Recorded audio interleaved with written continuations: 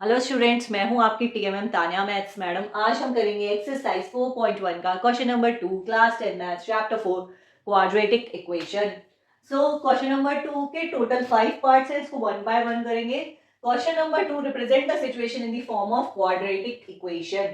Quadratic equations क्या होती हैं? जो x square plus b x plus c equals to 0 की फॉर्म में रिप्रेजेंट कर सकते हैं। यहाँ पे एक ही सिंगल वेरिएबल होता है एक्स। फर्स्ट वाला देखते हैं। The area of a rectangular plot is this. हमें क्या दे रखा है? एरिया दे रखा है। तो पहले एक रेक्टेंगल बनाते हैं। रेक्टेंगल का क्या होता है? लेंथ होती है और ब्रेथ होती है। एरिया क्या होता है रेक्टेंगल का? लेंथ इंटू ब्रेथ, और हमें एरिया गिवन है। The length of the plot is 1 more than twice its breadth. We need to find length and breadth. तो देखो लेंथ क्या है? 1 more than twice of its breadth. पहले तो ब्रेथ ले लो, क्या हो गई? ब्रेथ ले लो x. Let the breadth of rectangular plot is x metre. Area क्या है? 528 मीटर स्क्वायर. ब्रेथ क्या होगी? x metre. ये मीटर लगाना जरूरी है, ठीक है? वरना इसके भी मार्क्स करते हैं। अब लेंथ क्या हो जाएगा? And length of rectangular plot is क्या है? Twice its breadth 2x 1 more than, more मतलब प्लस, 2x प्लस 1. लेंथ हो गई, लेंथ कितनी हो गई? 2x plus 1. ब्रेथ कितनी हो गई? x हो गई. एरिया क्या हो गया? एरिया हमें क्या गिवन है? अब लिखो given area is equal to 528. Area क्या हो गया? Length into breadth. लेंथ क्या हो गई? 2x प्लस 1 और ब्रेथ क्या हो गई? x is equal to 528. इसको सिंप्लीफाई करो. 2x square plus x is equal to 528. 2x square plus x minus, इसको इधर ले आओ, माइनस 528 इक्वल्स टू 0. ये आ गई हमारी quadratic equation ax square plus bx plus c equals to 0 की फॉर्म में. हमें लेंथ और ब्रेथ जो है फाइंड आउट नहीं करनी, सिर्फ क्वाड्रेटिक इक्वेशन लिखनी है. लिख दो, this is the required quadratic equation to find length and breadth of rectangular plot. And length, यहां पर देखो length of rectangular plot is 2x plus 1 metre. ये जरूर लगाना, ठीक है? इसको रख कर देते हैं. इसका सेकंड वाला पार्ट करते हैं. सेकंड पार्ट देखो, the product of two consecutive positive integer is 306. We need to find integer. Product, पहली बार प्रोडक्ट क्या हो गया? Multiply. Two consecutive positive integer. Positive integer कौन से हो गए? 1 2 3 4 5. ये क्या हो गए? पॉजिटिव इंटीजर्स हो गए, राइट? कॉन्जिक्यूटिव मतलब ये वाला और इसके जस्ट नेक्स्ट वाला, ये वाला और इसके जस्ट नेक्स्ट वाला, ऐसे 2 हो गए. फॉर एग्जाम्पल ये हो गया x, ये वाला कौन सा हो गया? x प्लस 1 हो गया, ठीक है? इसके जस्ट नेक्स्ट वाला. तो अब ये बोल रहा है the product of two consecutive integer is 306. मतलब x multiply x plus 1 is equal to 306. यही बोल रहा है. इसको पूरे फॉर्म में लिख लो, सही लैंग्वेज में लिख लो. Let the two consecutive positive integer be x and x plus 1. According to the question, x plus 1 is equals to 306. Simplify this equation. X into x, x square. X multiply 1, x is equals to 306. X square plus x, ये वाला इधर ले आओ, minus 306 equals to 0. ये वाली आ गई quadratic equation to find the to consecutive positive integer. ये लिख दो, this is the required quadratic equation to find two consecutive positive integers. बहुत सिंपल है, आपको सिचुएशन को क्वाड्रेटिक इक्वेशन में रिप्रेजेंट करना है, दैट्स इट। सो इसको रब करते हैं, इसका थर्ड वाला पार्ट करते हैं। थर्ड वाला पार्ट देखो, Rohan's mother is 26 year older than him. Rohan से उसकी जो मदर है वो 26 ईयर्स बड़ी है। सो यहाँ पे एज की बात हो रही है। सी the product of their ages 3 years from now will be 360. We would like to find Rohan's present age. So first statement पे चलते हैं पहले। Rohan's mother is 26 year older than him. Rohan कितने का हो गया, कितने साल का हो गया, x years का हो गया। So उसकी मदर कितने years की हो गई, 26 older than him, x plus 26. So यही लिख दो, let age of Rohan is x years and the age of Rohan's mother is x plus 26 years. ठीक है, एज ईयर्स में होगी इसलिए इसको x year x plus 26 years लिख रहे हैं। अब the product of their ages, product multiply age का मल्टीप्लाई 3 years फ्रॉम नाउ, 3 साल बाद। सो क्या हो जाएगी, the age of Rohan after 3 years, 3 साल बाद कितनी हो जाएगी, अभी x है, 3 साल बाद कितनी हो जाएगी, x plus 3 years। ठीक है, and the age of Rohan's mother after 3 years,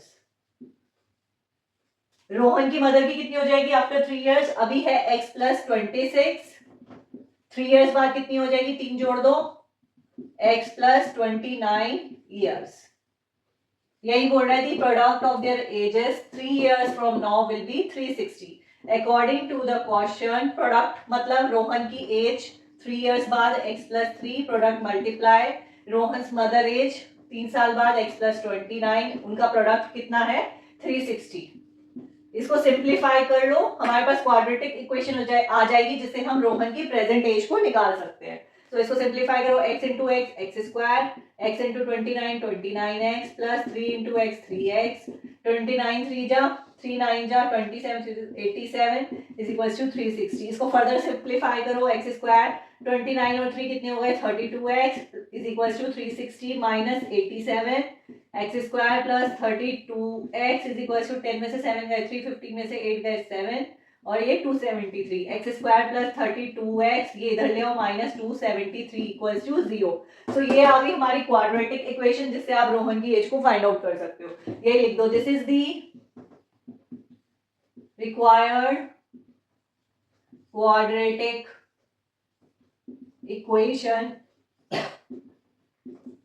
to find the Rohan present age. ठीक है, सो इसको रब कर देते हैं, इसका नेक्स्ट वाला पार्ट फोर्थ पार्ट करते हैं। ये फोर्थ वाला देखो, a train travel a distance of 480 kilometre at a uniform speed. Distance क्या हो गया d। If the speed had been 8 kilometre less than it would have taken 3 hours more to cover the same distance. We need to find speed. So इसको ना ध्यान से समझना, थोड़ा मतलब थोड़ा सा ये समझने वाला है। हमें क्या करना है, स्पीड निकालनी है। स्पीड को ले लो, पहले x ले लो। अब ये क्या बोल रहा है, train travel distance 480 kilometre at a uniform speed x। अगर किसी ट्रेन की स्पीड x है तो वो इतना डिस्टेंस कवर करती है किसी पर्टिकुलर टाइम t में। ठीक है, कोई भी t टाइम ले लो। If the speed had been 8 kilometre less, अगर उसकी स्पीड x से 8 किलोमीटर लेस हो जाए मतलब x माइनस 8, तब वो सेम डिस्टेंस कवर करने में 3 hours मोर लेगी। 3 hours मोर मतलब t प्लस 3। ठीक है, to cover the same distance. Same distance मतलब 480 किलोमीटर। x की स्पीड से वो t टाइम में कवर करती है और x माइनस 8 की स्पीड से t प्लस 3 टाइम में कवर करती है सेम डिस्टेंस, और हमें स्पीड निकालनी है x। तो इसको देखो, पहले क्या करेंगे, लिखो let the speed of the train is x kilometre per our. यही होता है x किलोमीटर पर आवर। ठीक है, ये हमने फॉर्मूला पढ़ा होगा स्पीड का, speed is equal to distance upon time. ठीक है, अब हमें यहाँ पे निकाल लेते हैं टाइम। टाइम क्या हो गया, time is equal to D upon S, distance upon speed. यही होता है, फॉर्मूला पढ़ा होगा पहले की क्लास में। सो लिखो the time taken by train to cover distance at speed x। क्या होगा, टाइम t क्या होगा, अगर उसकी x स्पीड होगी, डिस्टेंस कितना हो गया इज 480 अपॉन कितना हो गया डिस्टेंस 480, s क्या हो गया, स्पीड क्या हो गई x, और क्या था टाइम आर्स में हो गई, यहाँ पे r की बात हो रही है तो ये r में आ गया।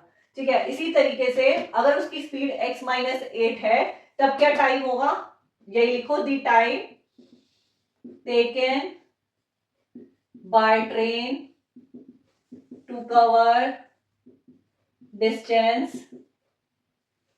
Eight speed x minus 8 kilometre per hour, यहाँ पे भी लगा दो kilometre per hour, is 480 upon same distance है और क्या हो जाएगी अपना स्पीड क्या हो जाएगी x minus 8 are.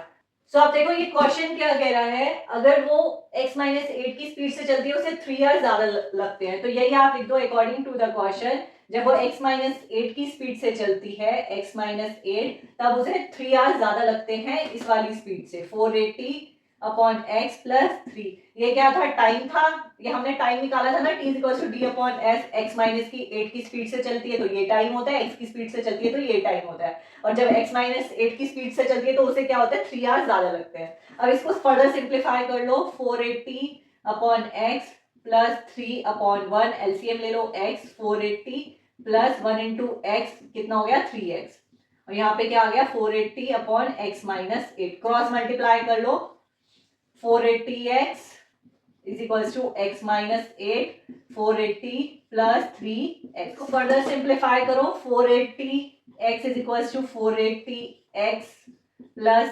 3x square minus multiply करो 480 into 8, 0, 8 8 जा 64, 8 4 जा 32, 38, 3840 माइनस प्लस माइनस 8 3 जा 24x। ठीक है, ये आ गया, ये कैंसिल हो गया, 480 से 480 कैंसिल हो गया, क्या बचा 3x square minus 24x minus 3840 equals to 0।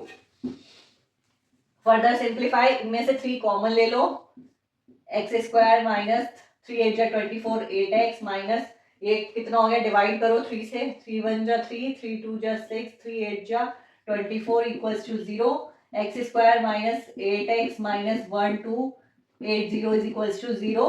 ये आ गई हमारी quadratic equation to find speed of the train, और यही लिख दो यहाँ पे, this is the required quadratic equation to find speed of the train. ठीक है, ये थोड़ा सा कॉम्प्लिकेटेड है, इसे एक दो बार देखोगे तो आपको समझ में आ जाएगा। सो आज के लिए इतना ही, मिलेंगे अपने नेक्स्ट क्लास में।